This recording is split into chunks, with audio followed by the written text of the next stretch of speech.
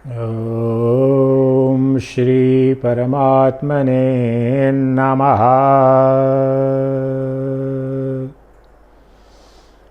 ईश्वरो गुरुरात्मेति मूर्तिभेद विभागिने व्योमवत् व्याप्त देहाय दक्षिणामूर्तये नमः।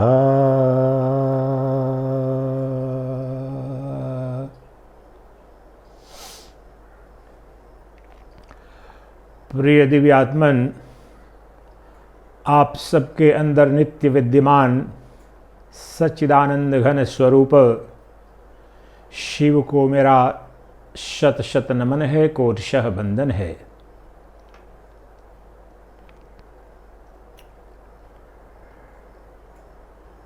वेदांत वेद्य उपनिषद सम्मत जो निर्गुण निराकार ब्रह्म है वही शिव है, और वह शिव सभी जीवों की आत्मा के रूप में नित्य प्राप्त है, स्वयं प्राप्त वस्तु है, और वह स्वतः में परिपूर्ण तत्व है, नित्य मुक्त तत्व है। चैतन्य स्वरूप शिव में न कभी कोई बंधन था, न है, न होगा, परंतु अज्ञान के कारण, उपाधि भेद के कारण वह शिव ही जो नित्य मुक्त है, भव पाश में बंधा सा हो जाता है जीव भाव में आकर के। तो कुछ पिछले दिनों से आपके समक्ष कृष्ण यजुर्वेदीय स्कंदोपनिषद के कुछ महत्वपूर्ण श्लोकों को रख रहा हूं। आज हम इस गुत्थी को सुलझाएंगे, समझने का प्रयास करें हैं कि जैसे कि पहले प्रवचनों में बता चुका हूं कि जीव ही शिव है, शिव ही जीव है। तो सबसे महत्वपूर्ण बात है कि शिव जीव के रूप में क्यों प्रतीत हो रहा है, और कैसे वह जीव जो अभी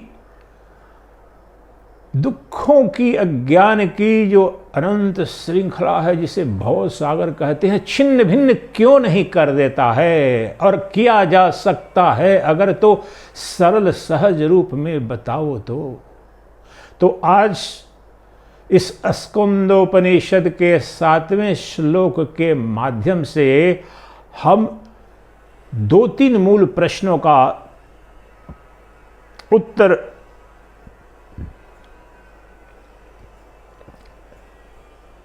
ढूंढने की कोशिश करेंगे और अपने अंदर उस शिव तत्व का साक्षात अपरोक्ष बोध करने का प्रयास करेंगे।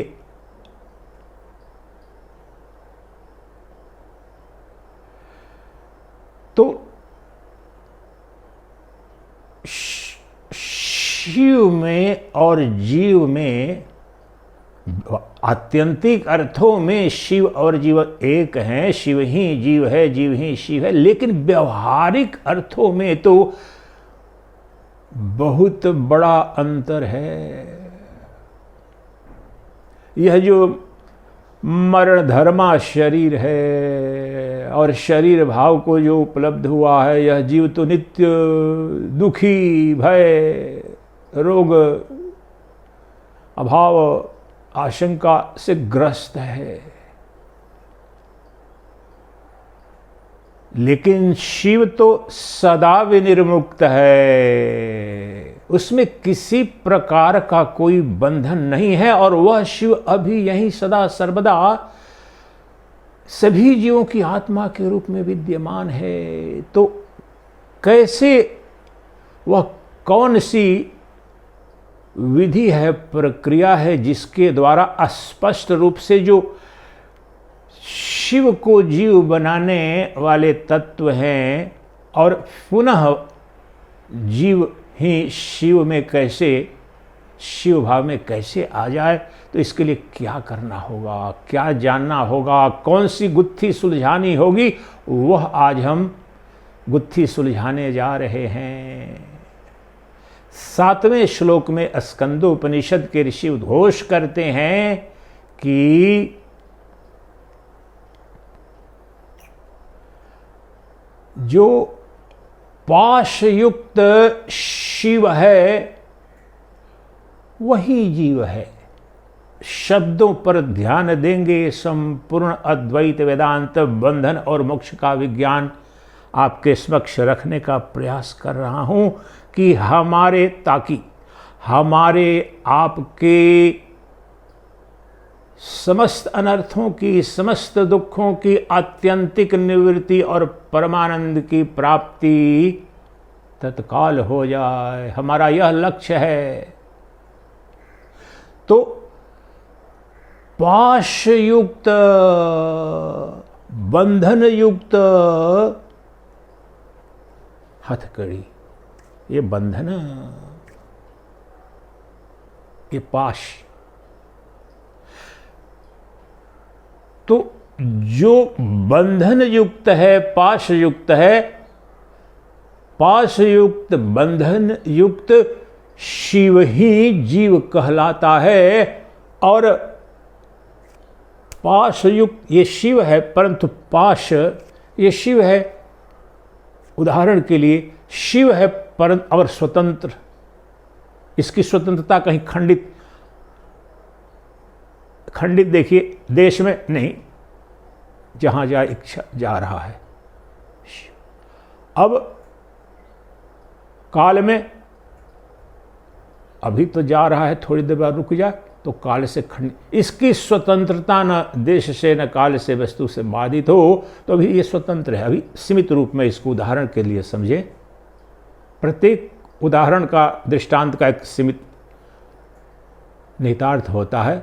लेकिन लो, अगर इसमें जकड़ गया, इस पाश में जकड़ गया, अब इसकी अपनी देखो, अभी न यहां से इस देश तक सीमित हो गया, या अब न इधर जाने की क्षमता है इसके अस्तित्व की, न इधर जाने की, कहीं भी ऊपर नीचे कहीं नहीं जा सकता है। और शिव, अगर इसी वस्तु, अगर यह वस्तु शिव है तो यह इसी में सीमित हो गया है। शिव इस वस्तु तक ही सीमित हो गया और देश बाधित, बस इसकी क्षेत्र कितना है, आधा फीट भी नहीं, देखो कहीं पर भी इसका अस्तित्व नहीं है यहाँ के अलावा। और अभी है, ये कितने देर ऐसे रहेगा। तो ये जो इसका बंधन है, यहाँ पर जो सीमित कर दिया इसने, तो देश से सीमित कर दिया, काल से सीमित कर दिया, इस पाश ने इसकी गति को, इसकी स्वतंत्रता को, स्वच्छंदता को। तो यह जो शिव है, जो सदा मुक्त ही था, मुक्त ही है, मुक्त ही रहता है, वह पाश से बध करके, पाश युक्त होकर के वही जीव हो जाता है।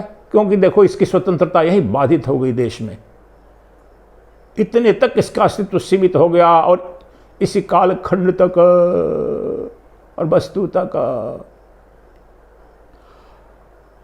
यही जीव कहलाता है। पाश मुक्त, पाश युक्त होकर के शिव ही जीव कहलाता है।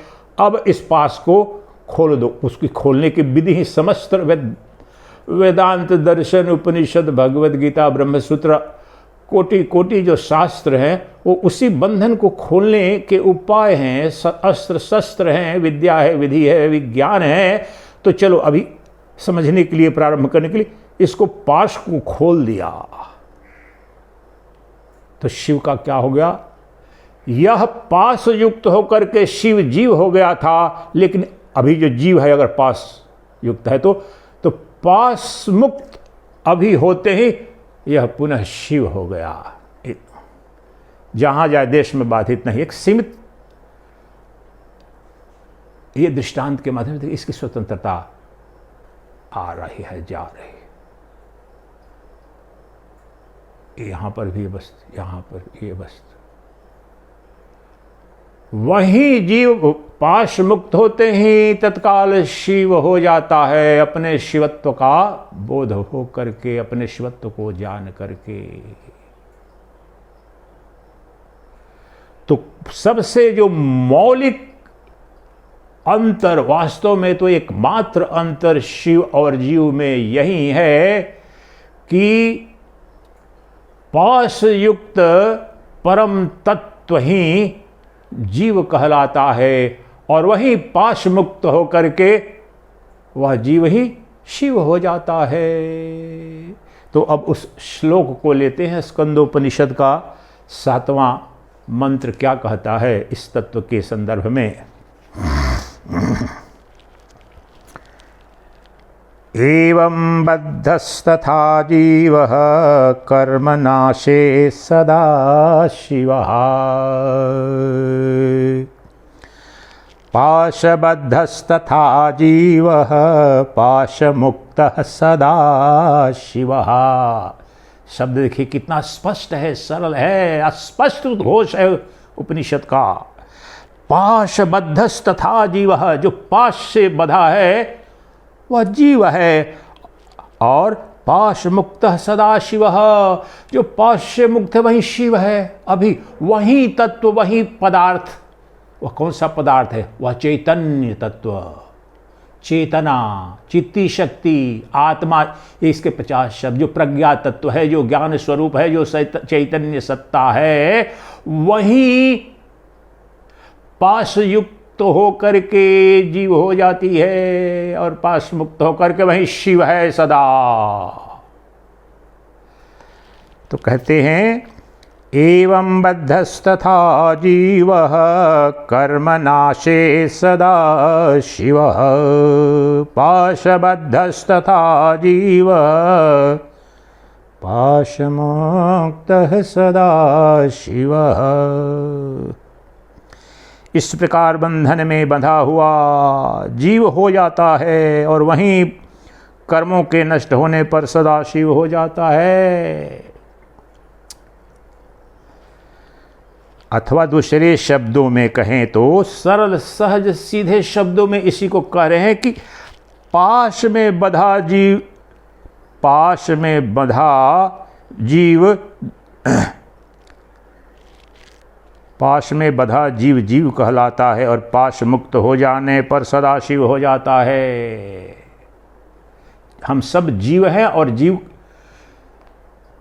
के शिवत्व के पाने की विद्या है ये समस्त उपनिषद वेदांत दर्शन। तो अब जीव को ही अगर ले लें तो पाश से बंधा हुआ जीव जीव है, अर्थात देश काल बाधित सत्ता है, और वही जीव पाश से मुक्त होकर के सदाशिव हो जाता है।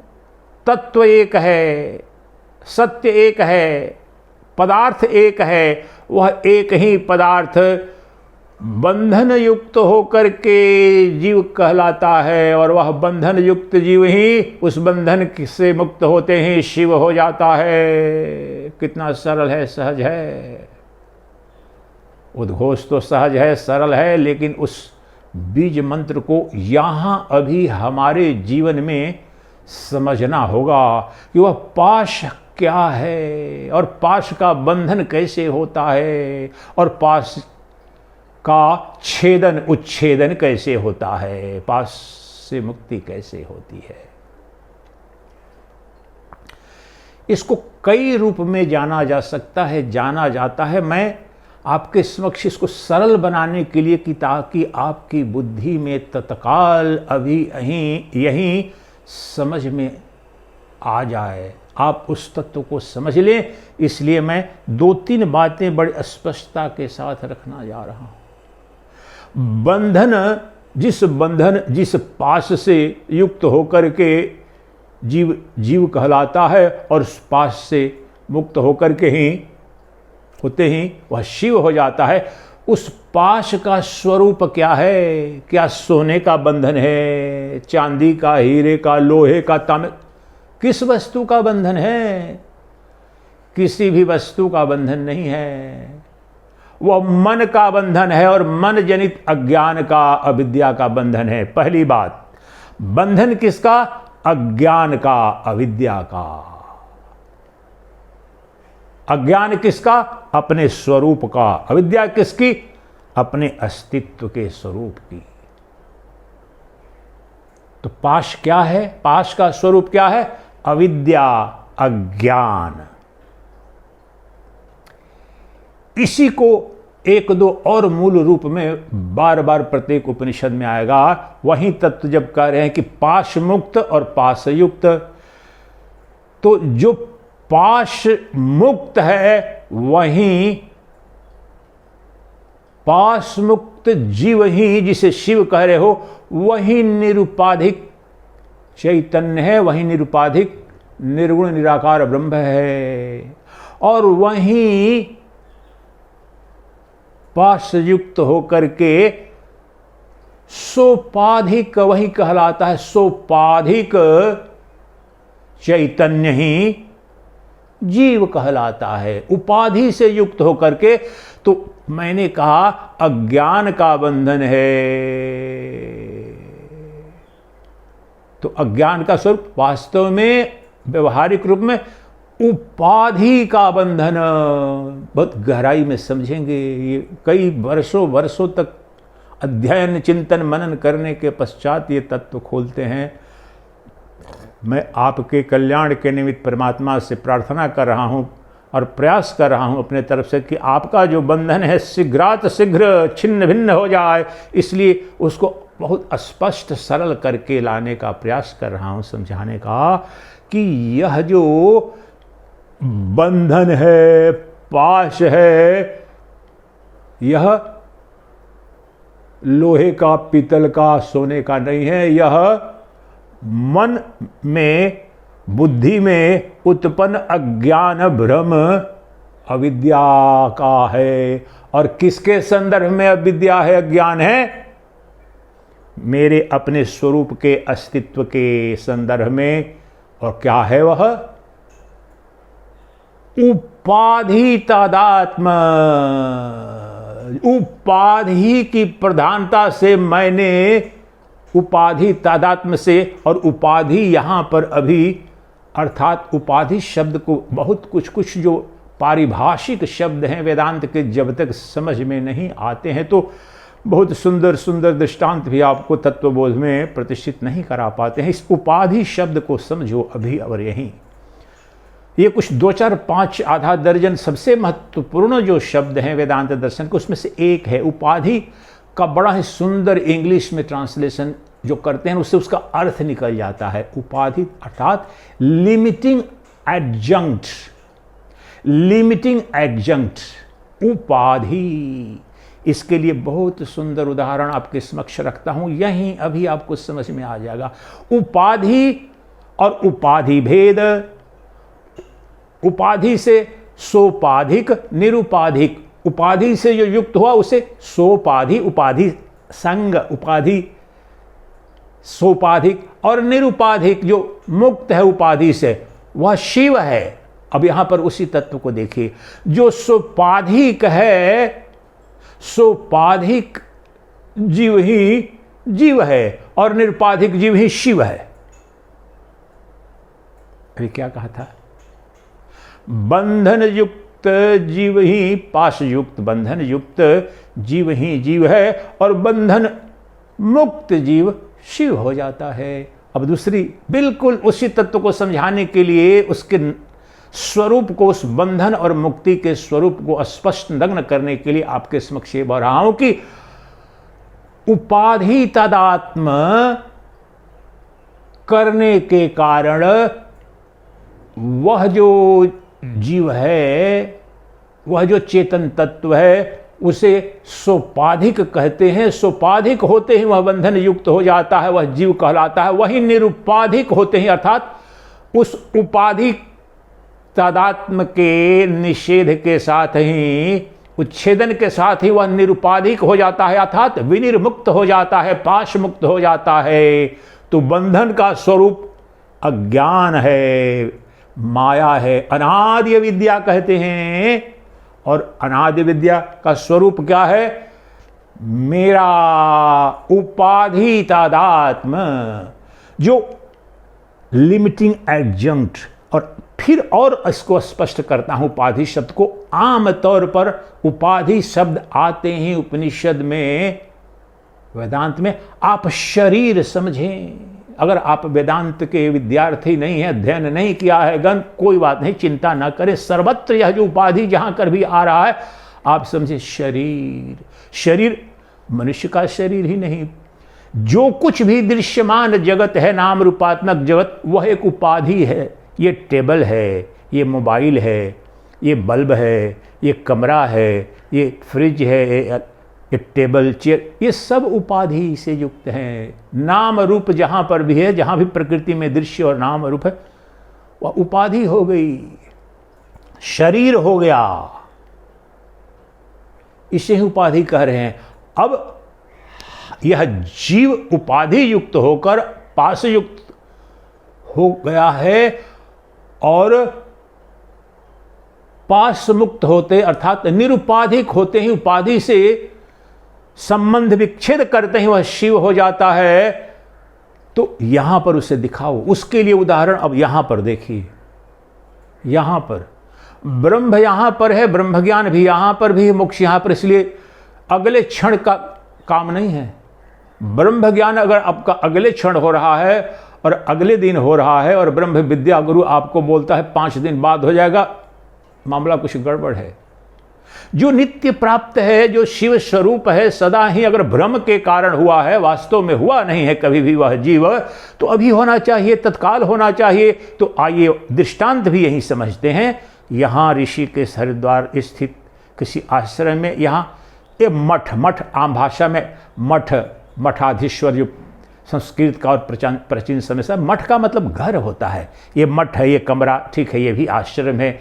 आश्रम के अंदर यह जो कमरा है, जिसमें सच्चिदानंद का जो यह जीव भाव है, शरीर है, यहाँ रह रहा है।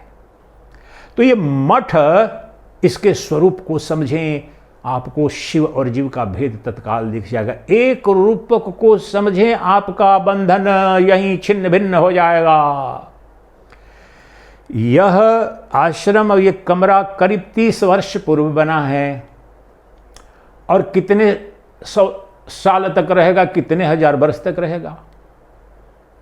भारत में अब बहुत हाई क्वालिटी जो बिल्डिंग बनती हैं, कोई 50 साल, और बोलने को तो बोल देते हैं बिल्डर लोग 100 साल बोल देते हैं रहेंगी।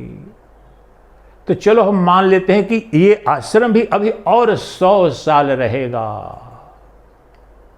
बना है 30 वर्ष पूर्व, और 100 वर्ष, 200 वर्ष मान लो, चलो 300 वर्ष भी रह जाएगा। तो 300 वर्ष बाद तो यह कमरा ये तो नहीं रहेगा। और आज से 30 वर्ष पहले बना है, और हम चलो मान के चलते हैं कि 300 वर्ष बाद तो गारंटी है कि ये नहीं रहेगा। ज़्यादा संभावना है कि 30-40 साल बाद ही नहीं रहेगा, लेकिन हम मान लेते हैं गंगा जी के तट पर है, हिमालय की संख्या, 300 वर्ष भी रह जाए 10 गुना। तो पिछले 30 वर्ष पूर्व यह अस्तित्व में आया, यह मठ, ये जो अब कह रहे हैं, ये कुटिया जिसमें रह रहा हूँ, और 50, 60, 100 साल, 100, 200-300 साल बाद तो ये नष्ट हो जाएगा। ठीक, ये वैज्ञानिक अनुभूत सत्य, इसमें कहीं कोई कल्पना अध्यात्म की कोई आवश्यकता नहीं है।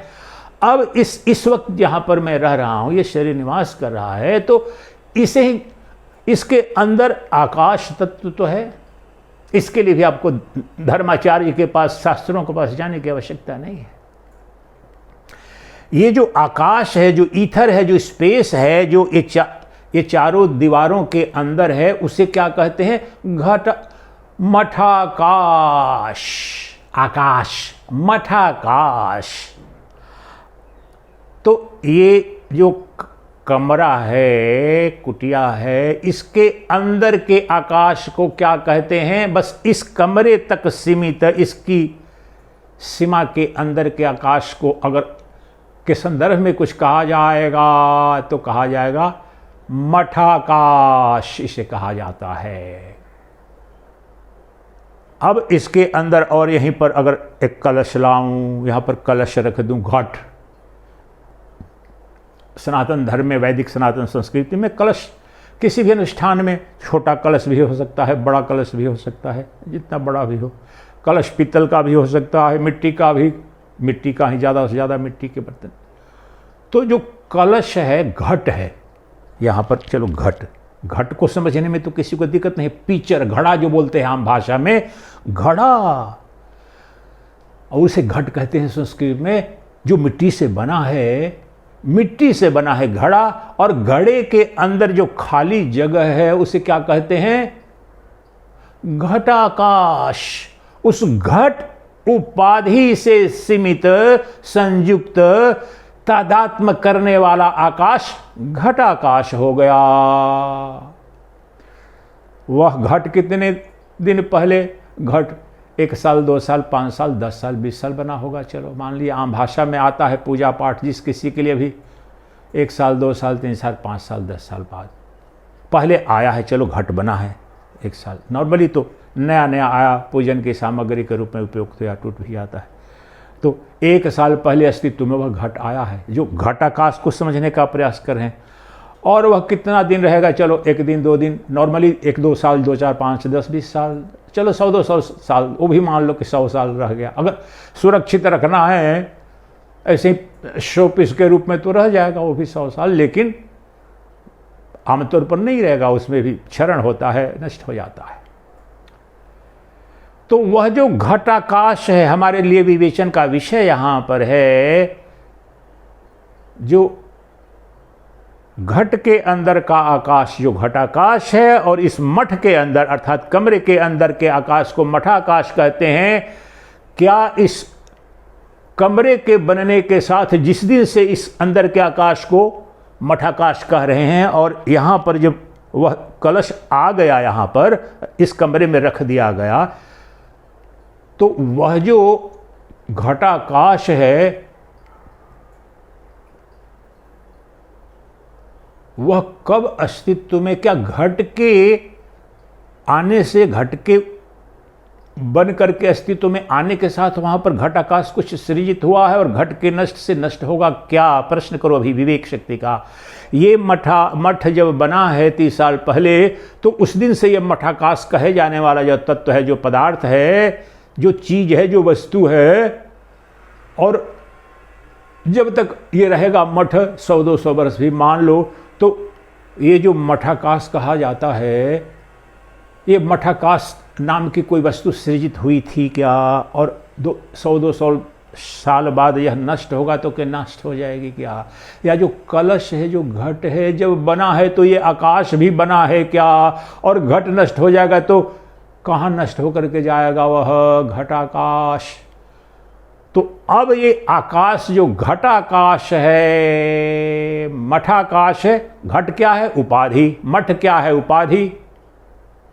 और शब्द ध्यान से बार बार, इसलिए वेदांत में एक तत्व को 100 बार श्रवण करना चाहिए।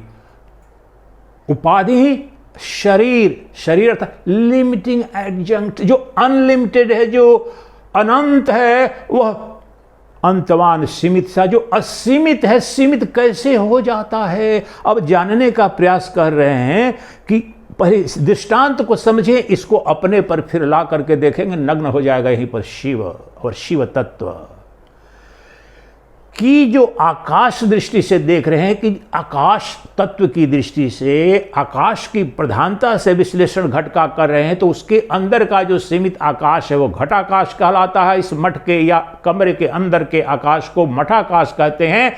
लेकिन इसकी कोई स्वतंत्र सत्ता है क्या? इस कमरे के लिए सृजित किया गया है आकाश का, मठ के लिए सृजित किया गया है आकाश का? नहीं।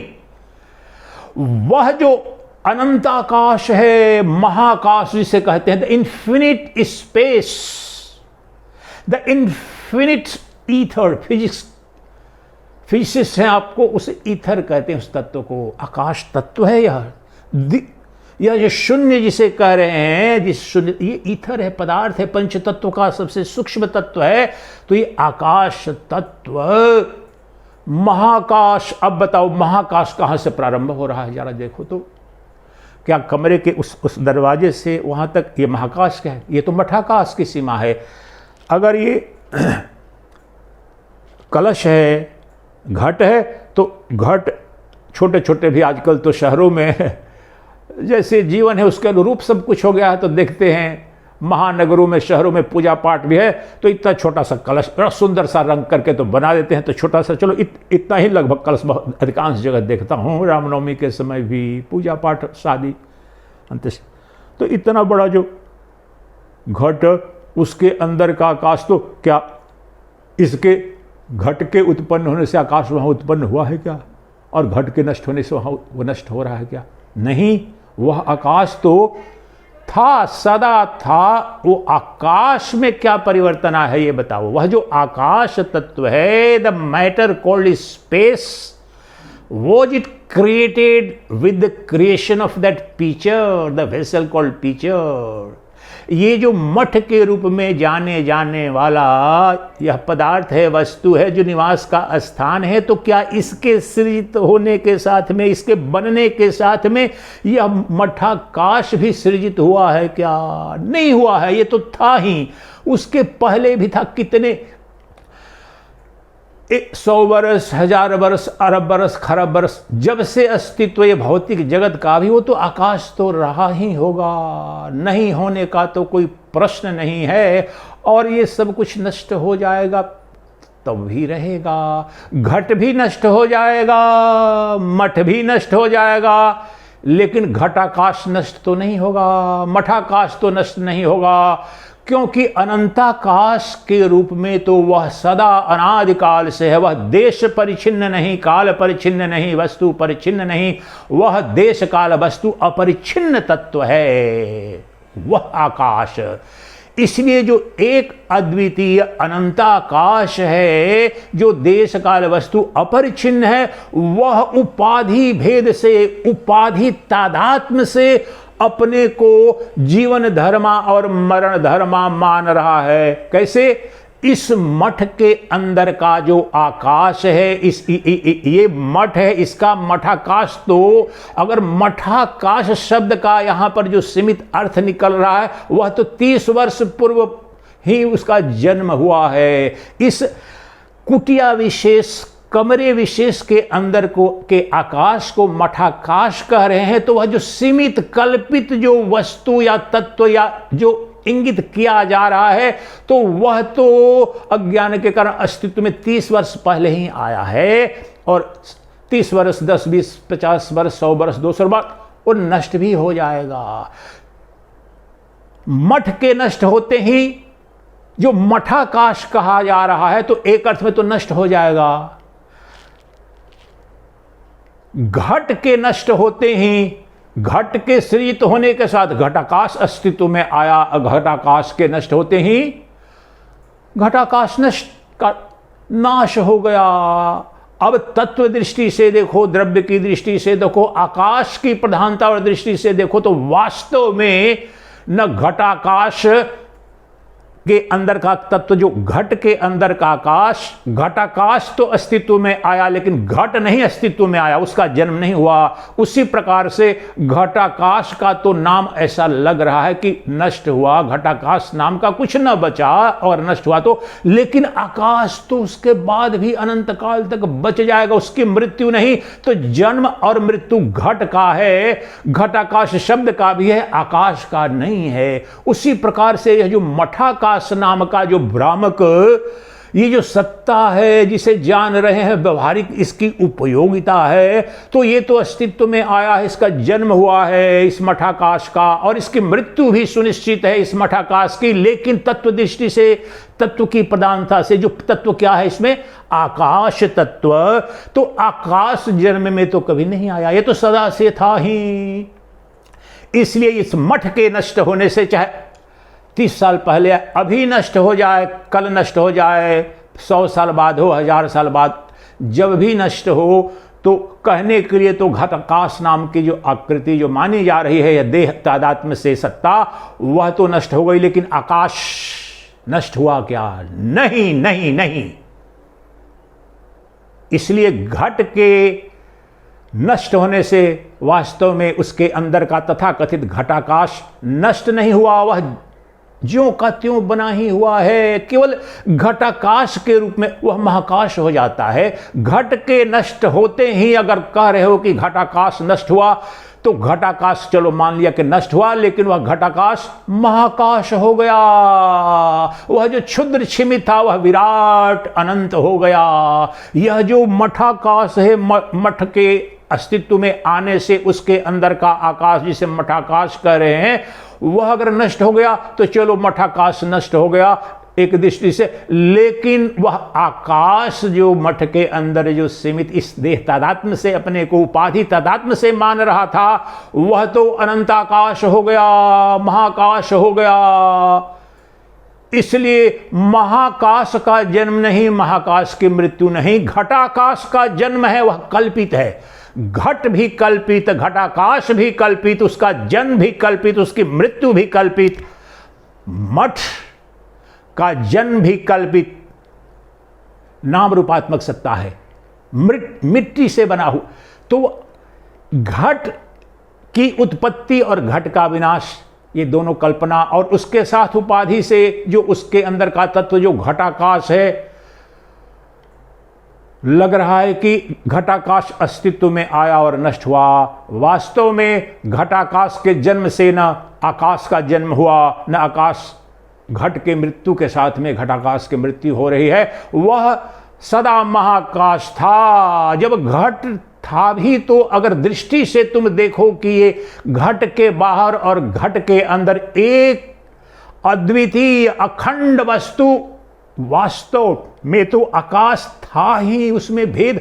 हमारी सीमित दृष्टि, हमारी दृष्टि में लग रहा था कि घट के अंदर का आकाश, घट के बाहर का आकाश। मैंने भेद कर दिया था, द्वैत कर दिया था, उसे एक अखंडित सत्ता को खंड खंड कर दिया था मैंने। मठाकाश में, घटाकाश में और अनंत उपाधियों में जितने जितने हैं उसको कह दो। लेकिन तत्व दृष्टि से जो पदार्थ उसमें था है, वास्तव में न उसका जन्म हुआ, न उसकी मृत्यु। उसकी उपाधि के जन्म से उपाधि के अंदर का जो तत्व है वह नष्ट नहीं होता। अब अगर इस दृष्टांत को समझ गए तो आओ उस जीव और शिव के भेद को, जो कहा ऋषि ने कि पाश युक्त जीव ही जीव है, और पाश मुक्त होते ही वही जीव शिव हो जाता है। और पाश क्या है? पाश का स्वरूप बता, इसलिए दृष्टांत दिया था।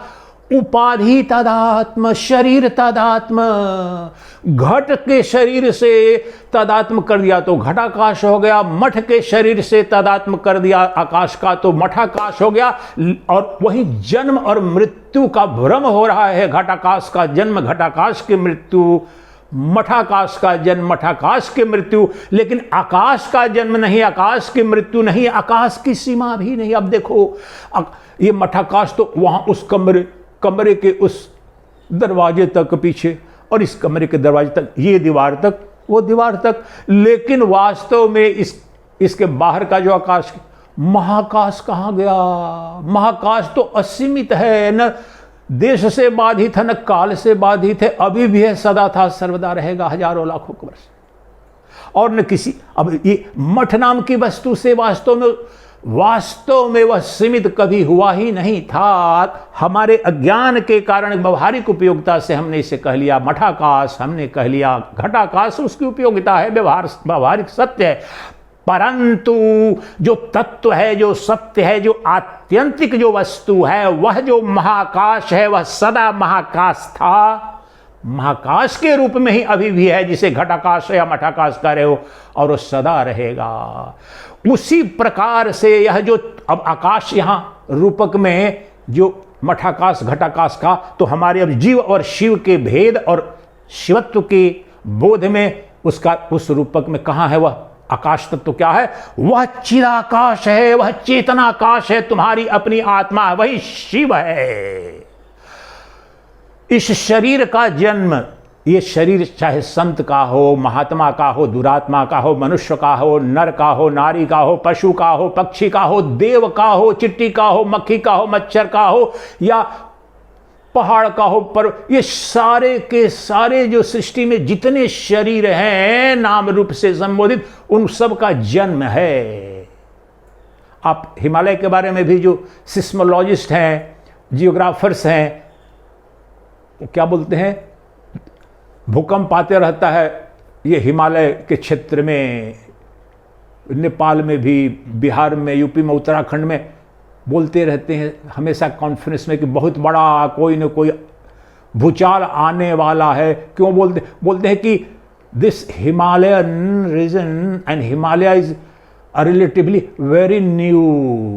अब न्यू ये हजारों लाखों साल पुराना, लेकिन ये अभी का जो विज्ञान तो ये समझने में सक्षम हो गया है। तो कितना लाख, ये पर्वत श्रृंखला जो है हिमालयन रेंज, ये रिलेटिवली न्यू है और इवॉल्व हो रहा है। डिस्टिव मूवमेंट इसमें होते रहते हैं, प्लेटोनिक शिफ्ट, ये जो प्लेटोनिक शिफ्ट होता है तो ये भूचाल, भूकंप जिसे कहते हैं।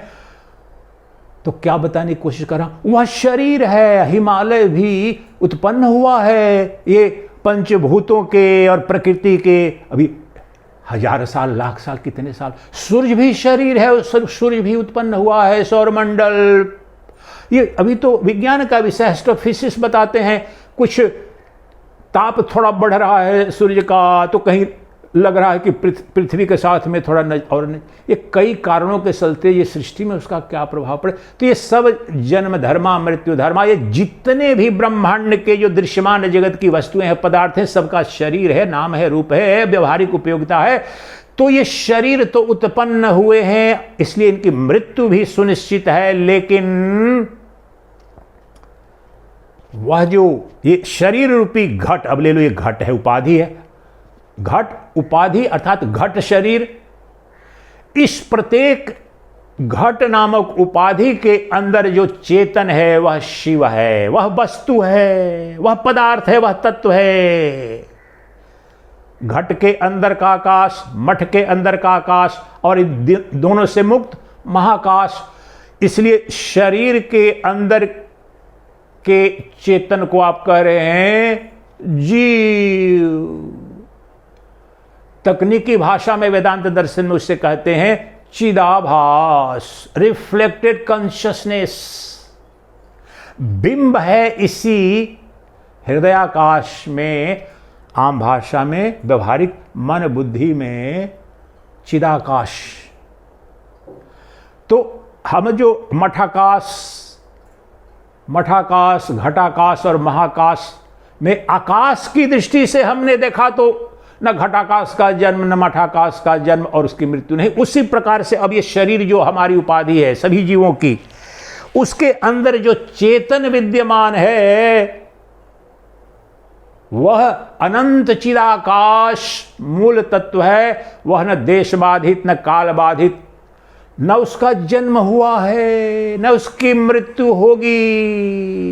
ये जो पंचभूतों से बना हिमालय तो चलो उत्पन्न हुआ, सूर्य भी उत्पन्न हुए, लेकिन वास्तव में वह जो चैतन्य तत्व है, वह जो चिदाकाश है, लग रहा है कि इस शरीर का जन्म हुआ तो इसके अंदर का चेतन, इसका जो चिदाकाश उसका जन्म हुआ, इस शरीर के जाते ही वह चिदाकाश मर जाएगा, नष्ट हो जाएगा। लेकिन आप आकाश के उदाहरण से समझ गए कि घट के नष्ट होने से वास्तव में उसके अंदर का आकाश नष्ट नहीं होता है, लगता प्रतीत सा होता है कि नष्ट हो गया। जैसे उसके घट के अस्तित्व में आने से लगा कि लो ये घटाकाश पैदा हो गया। मठ के बनने से 30 साल पहले बना आश्रम और कमरा तो मठाकाश ये सृजित हो गया, उत्पन्न हो गया। अगर ये कमरा टूट गया, तोड़ दिया तो नष्ट हो गया।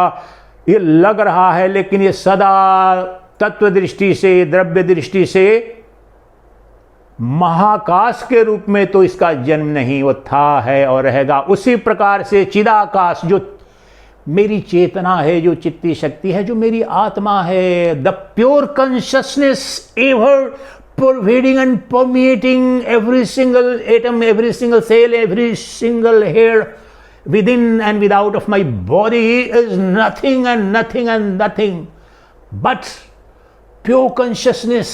The space of infinite consciousness is the reality within me and without me.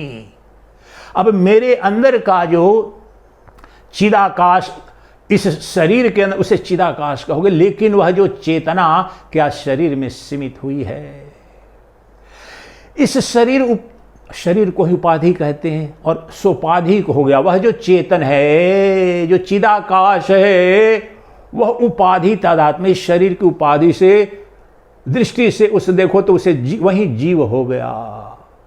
वह जो द्रव्य है, जो पदार्थ है, जो वस्तु है, जो चेतन द्रव्य है, तो इस शरीर तादात्म्य के साथ में, शरीर के साथ युक्त हो करके, और यही जो बंधन है वही कहलाता है जीव के, जिसे जो जीव कहलाता है, तो उस जीव का जन्म हो गया और उस जीव की मृत्यु भी हो जाएगी। लेकिन जो तत्व है जीव के अंदर का, जिस जीव का जन्म हुआ है, जिस जीव की मृत्यु होगी, घट और मठ का उदाहरण ध्यान में रखें, तो चिदाकाश की दृष्टि से न जीव का जन्म हुआ है, न जीव की मृत्यु होगी। निरुपाधिक कर दो, ये देह के तादात्म्य से हटा दो, तो ये तो शिव ही था। वह शुद्ध चैतन्य देश काल वस्तु अपरिच्छिन्न जो निरुपाधिक चेतन है, वही तो शिव है, वही तो शिव है और वही तो मुक्त है। मुक्ति और बंधन उपाधि का है, बंधन भी उपाधि का, मुक्ति भी उसी उपाधि से, और कोई मुक्ति नहीं। और वह उपाधि तादात्म्य मन का, बुद्धि का भ्रम है, सृजित किया गया हुआ, सोने से नहीं बना है। बार बार आदि शंकराचार्य विवेक चूड़ामणि में कहते हैं कि जो हमारा बंधन है जीव का, शिव ने अपने को जीव मान लिया है। वह बंधन लोहे का नहीं, सोने का नहीं, वह भ्रम का है, मन का, मन ने मान लिया है और वही ध्वस्त कर देना है। तो मन ने क्या मान लिया है? ये शरीर मेरा और मैं शरीर, तो शरीर मेरा और मैं शरीर, तो इसके अंदर का चिदाकाश भी फिर मेरा जन्म हुआ। अगर मैं ये शरीर हूं तो शरीर का जन्म हुआ है, और इस शरीर की मृत्यु होगी तो मेरा भी जन्म हुआ और मेरी भी मृत्यु होगी। लो, ये हो गया बंधन युक्त शिव। बंधन युक्त होकर के वह जो शिव है जीव भाव में जी रहा है, डर रहा है रोग न हो जाए, भूख से न मर, ये सारी व्याधि, सारे दुख, सारे भय, सारे अभाव, सब सारे मोह, सबके सब इस शरीर के हैं, उपाधि के हैं। इस शरीर के अंदर का जो शुद्ध चैतन्याकाश है, जो चिदाकाश है, उसका जन्म नहीं, उसकी मृत्यु नहीं, उसमें विकार नहीं। घट के टूटने फूटने से वो घटा, अगर घट चलो अभी बना भी हुआ है, तो घट को कभी भी, उसके घट ने कभी भी घटाकाश का स्पर्श नहीं किया है, न पवित्र किया है, न पवित्र किया है। वह निसंग तत्व है, शुद्ध तत्व है, वह आकाश असंग तत्व है। उसी प्रकार से वास्तव में ये शरीर से, शरीर तादात्म्य से, शरीर जब कह रहा हूं तो तीनों शरीर, स्थूल शरीर, सूक्ष्म शरीर और कारण शरीर, इन तीनों शरीरों के संघात को जब जीव कह रहे हैं, शरीर कह रहे हैं, तो इसके तादात्म्य से ही वह अपने को जन्म धर्मा, मरण धर्मा, भय धर्मा, अभाव धर्मा, दुखी दुखी सा, इसके अंदर जितने भी अनर्थ हैं, भय है, सबके सब ये जीव तादात्म्य से हैं। शरीर तादात्म्य, उपाधि तादात्म्य, मैंने अपने को ये शरीर, ये उपाधि से, मैं अर्थात यहां पर मैं शिव जो शुद्ध चैतन्य है, वह शुद्ध संबित, वह शुद्ध चैतन्य, वह चिदाकाश मैं हूं अभी और यही, मेरी तो कोई सीमा नहीं। लेकिन मैंने अपने भ्रम के कारण, अनाद्य विद्या के कारण मान लिया कि मैं शरीर हूं, तो शरीर का जन्म है, शरीर की स्थिति है, शरीर का लय होगा और उस बीच में अनंत दुख भी भोगोगे। एक दिन के शरीर के जीवन के लिए प्रतिदिन क्या क्या कर्म करना पड़ता है, कितने पापड़ बेलने पड़ते हैं, 2 रोटी खानी पड़ेगी शरीर के लिए। बारिश बहुत ज्यादा ऋषिकेश में हो रही है, सच्चिदानंद जाता है यहाँ पास में, बगल में संतों के लिए प्रसाद मिलता है, भिक्षा मिलती है, भिक्षा लेने के लिए, और रास्ते में गंदा पानी भी लगा रहता है, बारिश हो रही है, मन नहीं करता है जाने का, फिर लगता है रात भर नींद नहीं। एक दिन की कोई बात है, ठीक है, 2-4 दिन की बात है तो ऐसे रह जाए, लेकिन अपने यहाँ तो यहाँ कोई प्रबंध किया नहीं है, तो भोजन करने तो जाना पड़ेगा। चलो 1 दिन नहीं गए, 2 दिन नहीं, कितने दिन नहीं जाओगे, बारिश रोज हो रही है तो जाना पड़ता है। 1 दिन भी शरीर, 2 दिन भी शरीर उस भोजन से निर्भर, अगर मृत्यु को, रोग को आवाहन देने लगेगा तो ये पर निर्भर, यह जो शरीर है अस्तित्व में आया है, इसको अस्तित्व, इसके अस्तित्व को बचाने के लिए कितने पापड़ बेलने हैं। लेकिन इसके अंदर का जो शुद्ध चेतन है, जो शिव है, न उसका जन्म है, न उसकी मृत्यु है, न उसकी स्थिति के लिए कहीं, वह स्वयंभू सत्य है। उसका कोई पोषण नहीं देना है, कोई जाकर भिक्षाटन करके ले आओ। ये तो जीव को, इस शरीर को पाने के लिए भिक्षाटन हो रहा है। शरीर को प्रेम की इच्छा हो रही है, मेरी कोई प्रेसी हो, कोई प्रियतम हो, मुझे कोई थोड़ा सम्मान दे, मुझे कोई गुरुजी कहे, मेरे चेले बन जाएं। ये सारे का सारा धर्म इस शरीर के हैं, सारी समस्याएं, सारे प्रपंच, अभाव, दरिद्रता। चेतन तो सदा पूर्ण है, चेतन के रूप में मैं तो नित्य पूर्ण हूं। प्रेम मेरा स्वभाव है, आनंद का अनंत महासागर हूं मैं। चेतन रूप से मैंने तो देखा ही नहीं था, मैंने अपने को शरीर मान करके तो शरीर सदा दुखी ही। शरीर में प्रेम की कहीं कोई संभावना नहीं, शरीर में सुख की कोई कहीं कणिका मात्र भी नहीं है। शरीर का जो सौंदर्य है विशुद्धतम कल्पना है, लेकिन इस शरीर के अंदर का जो शरीर ही है वास्तव में, जहां प्रेम का इस जगत में भी किसी प्रेसी में, प्रियतम में, या किसी भी सुंदर वस्तु पदार्थ में या सुंदर भोग में, इंद्रिय भोग में भी जो प्रेम का, आनंद का, सुख का जो बोध हो रहा है, वह तुम्हारे अपने चैतन्य का जो स्वधर्म है। आनंदम ब्रह्मा, आनंद ही ब्रह्म है। ब्रह्म का मूल स्वभाव है, धर्म है आनंद।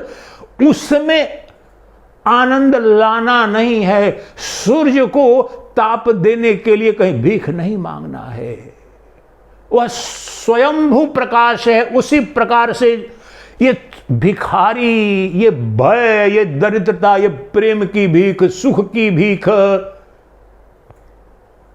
आश्रमों विशेष से मैंने देखा है।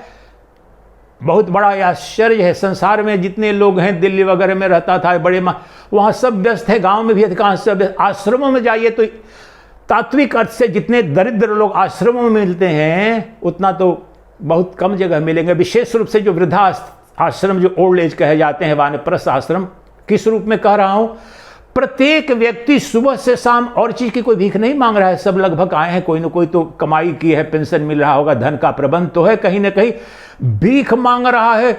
हमको 1 मिनट का मेरा समय थोड़ा अच्छा सा लगे, गप करने वाले की, मुझसे कोई बात करे, थोड़ी देर समय पास करूं, टाइम पास।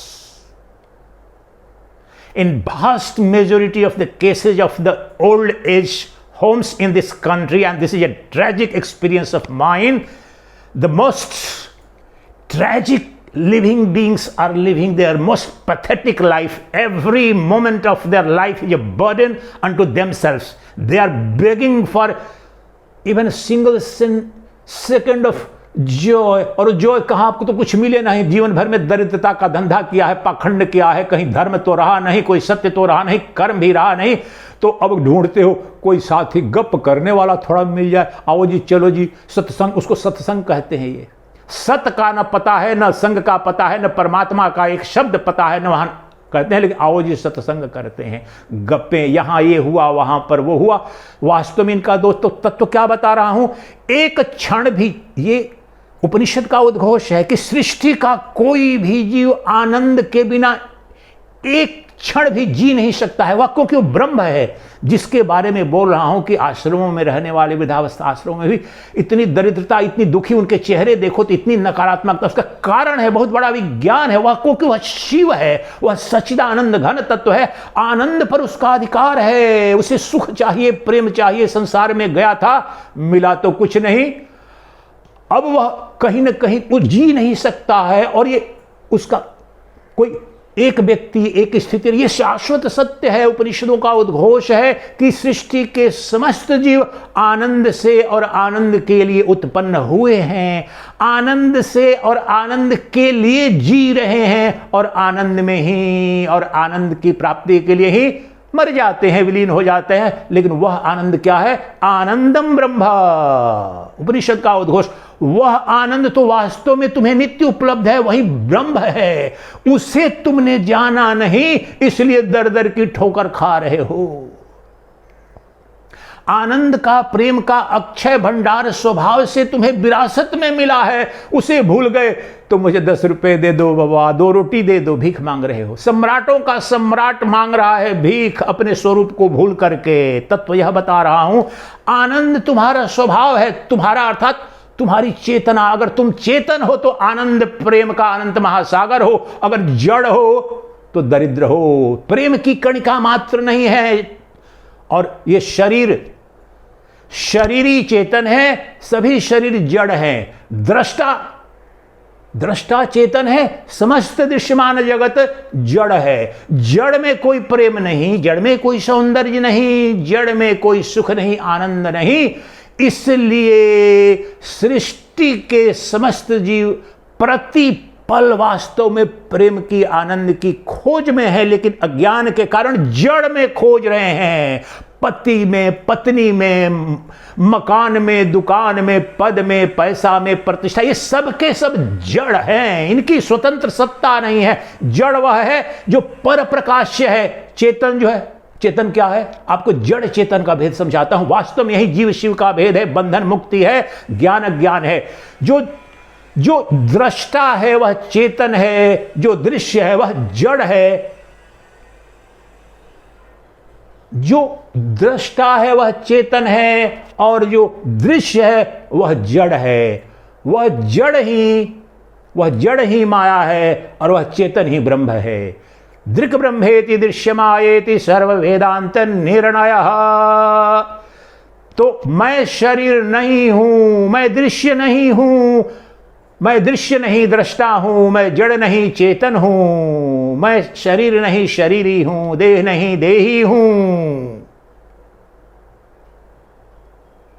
अभी और यहीं यह अगर तत्व समझ में आया कि मैं घट नहीं तो घटाकाश भी नहीं, तो मैं अनंताकाश हूं तात्विक रूप से। मठ नहीं मैं, और मठ से आकाश का कभी वास्तव में संबंध हुआ नहीं, तदा ये भ्रमात्मक है। तो मैं सदा आकाश, अनंताकाश था। उसी प्रकार से चेतन की दृष्टि से, आत्म दृष्टि से मैंने जब विश्लेषण किया, और उपाधि तदात्म से, जिसने शिव ने अपने को जीव मान लिया था और सुखी दुखी हो रहा था, भय से ग्रस्त हो रहा था, भीख मांग रहा था, प्रेम, उस उपाधि से विच्छेद करते हैं कि मैं शरीर में नहीं, ये सृष्टि के अनंत शरीर मुझ में कल्पित हैं। सूर्य, चंद्र, पृथ्वी, अनंत सौर मंडल, यह जगत वास्तव मैं इस संसार में। आप यहां तो शरीर के अच्छा स्वामी जी आप ऋषिकेश में रहते हो, कहाँ रहते हो? हरिद्वार में। अच्छा इस कमरा में, इस कुटिया में। अच्छा ये भारतवर्ष में, हाँ भारतवर्ष कहाँ है? जम्बू द्वीप में, भारतवर्ष एशिया में है, एशिया धरल। ये इस धर्म, इस शरीर के धर्म है, परिचय है, मेरा नहीं। चैतन्य दृष्टि से ये अनंत ब्रह्मांड, ये अनंत जगत मुझ में उत्पन्न हुआ है, कल्पित रूप से स्वप्नवत मुझ में स्थित है, मुझ में विलीन हो रहा है। और इसकी उत्पत्ति स्थिति लय से मेरी उत्पत्ति स्थिति लय नहीं परिभाषित होती। इसका जो सत्ता स्फूर्ति, जो शुद्ध सत्ता स्फूर्ति है, वह तो मेरा मूल स्वभाव है। ये शरीरों की सत्ता स्फूर्ति, शरीर तदात्म की सत्ता स्फूर्ति से तो ये जीव, वह जो शिव है वह जीव भाव में आ गया। लेकिन समस्त उपाधि अर्थात शरीर से तदात्म विच्छेद कर दिया और मैं, वह जो मेरा शुद्धमय है, वह चैतन्यमय है, उस मय के अंदर ये शरीर है, मेरे अंदर ये शरीर है, मैं शरीर के अंदर नहीं हूं। जब बार बार कह रहे हैं, कृष्ण कह रहे हैं, उपनिषद कह रहे हैं कि शरीर के अंदर ब्रह्म है, उसकी सीमित सीमा है, उसको अर्थ समझना केवल।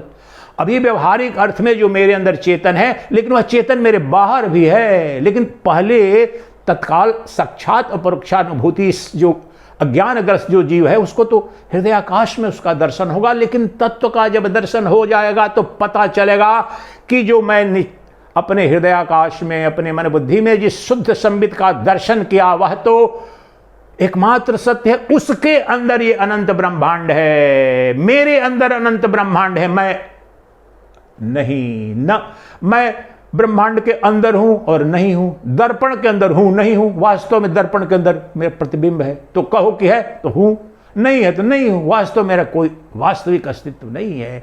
सब ये अनंत जगत मुझ में है, मैं न इसमें हूं। इसलिए कृष्ण कई जगह कहते हैं कि ब्रह्मांड के कण कण में मैं हूं और समस्त ब्रह्मांड मुझ में है, और फिर आगे कह देंगे न मैं इसमें हूं न यह मेरा है। ये सब माया का स्वभाव बताया, उसका विज्ञान बता दिया कि शरीर तदात्म ही वह माया है।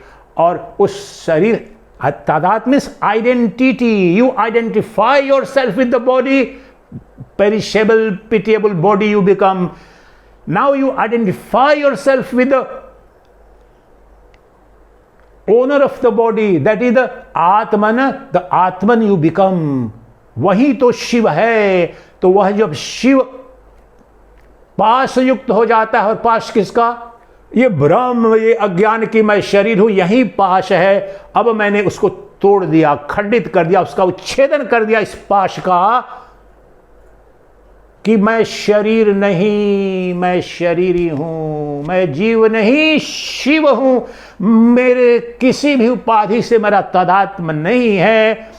ये अज्ञान के कारण हो रहा था। ये देश काल वस्तु परिच्छिन्न जो देह है और जितने शरीर, वो सब मुझ एक अद्वितीय चेतन में कल्पित है। मैं तो शाश्वत शिव हूं।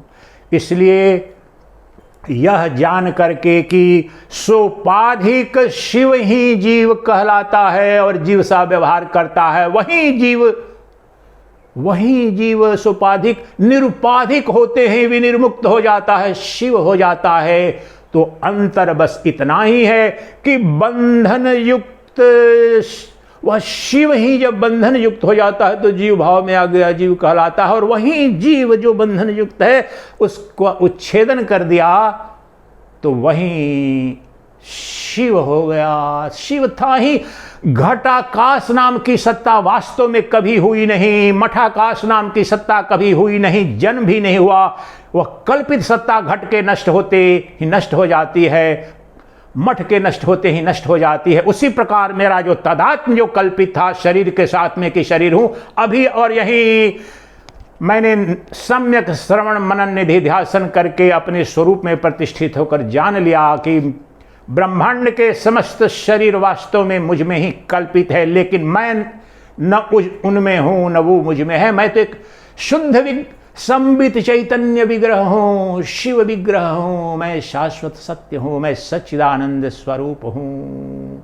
इसलिए मैं सदा मुक्त था, मुक्त हूं अभी यहीं सदा सर्वदा। मैं आनंद का महासागर हूं। था अज्ञान के कारण भ्रम हो गया था, दरिद्र हो गया था इंद्रियों के भोगों। और जब तक अपने शिव स्वरूप का बोध नहीं होगा तो आपको ये बता रहा हूं सबसे बड़ा, ये आप मान लेंगे, आपके गुरु कह देंगे इंद्रिय भोग मत करना, विषय भोग मत करना, ये विक्षिप्तता को ही जन्म देगा। वास्तव में कुछ नहीं घटित होगा, क्योंकि उपनिषदों का उद्घोष है। सृष्टि का कोई भी इंद्रिय भोग के लिए क्या कहा? मात्रा में उपजा, कणिका मात्र। जितने सृष्टि के ऐश्वर्य वैभव है, इंद्रिय भोग है, वो कणिका मात्र है, क्षुद्र मात्र है, लेकिन वह आवश्यक है। नहीं जिएगा तो ये जो सुसाइड करते हैं, आत्महत्या करते हैं, डिप्रेशन में चले जाते हैं लोग। प्रेम से तुमने अपने को, जो भी संसारिक भी प्रेम है वासना के रूप में, आनंद सुख जो कहते हो, अगर इससे अगर तुम्हें ब्रह्मानंद तो मिला नहीं, शिवानंद तो मिला नहीं, अपने स्वरूप का बोध तो हुआ नहीं है, तो वह तुम्हारे लिए भोजन है, नहीं तो तुम आत्महत्या करोगे। और प्रतिदिन की तरह देखिए अब संपन्न हुआ यह शिव भाव में, तो बिजली भी गई, ज्योति भी गई, परमात्मा की कृपा, शिव की कृपा। तो अभी और यहीं हम अपने शिव स्वरूप को हमने जान लिया कि चेतन दृष्टि से, चेतन दृष्टि से, चैतन्य दृष्टि से, आत्म दृष्टि से मैं सदा ही शिव था, शिव हूं और शिव ही रहूंगा। मैंने तदात्म भेद कर दिया, हटा दिया तदात्म, जो शरीर तदात्म था उसका उच्छेदन कर दिया। मैं जो सुपाधिक मान रहा था अब निरुपाधिक हो गया और मैं एक नित्य निर्गुण निराकार शाश्वत शिव स्वरूप में प्रतिष्ठित हो गया। न कुछ पाने को बचा, न कुछ त्यागने को बचा, न कुछ जानने को बचा, मेरे सिवाय कोई अस्तित्व ही नहीं है। एकमेव अद्वयम ब्रह्म नेह नानास्ति किंचना। चिदानन्दरूपः शिवोऽहं शिवोऽहं, चिदानन्दरूपः शिवोऽहं शिवोऽहं, चिदानन्दरूपः शिवोऽहं शिवोऽहम्।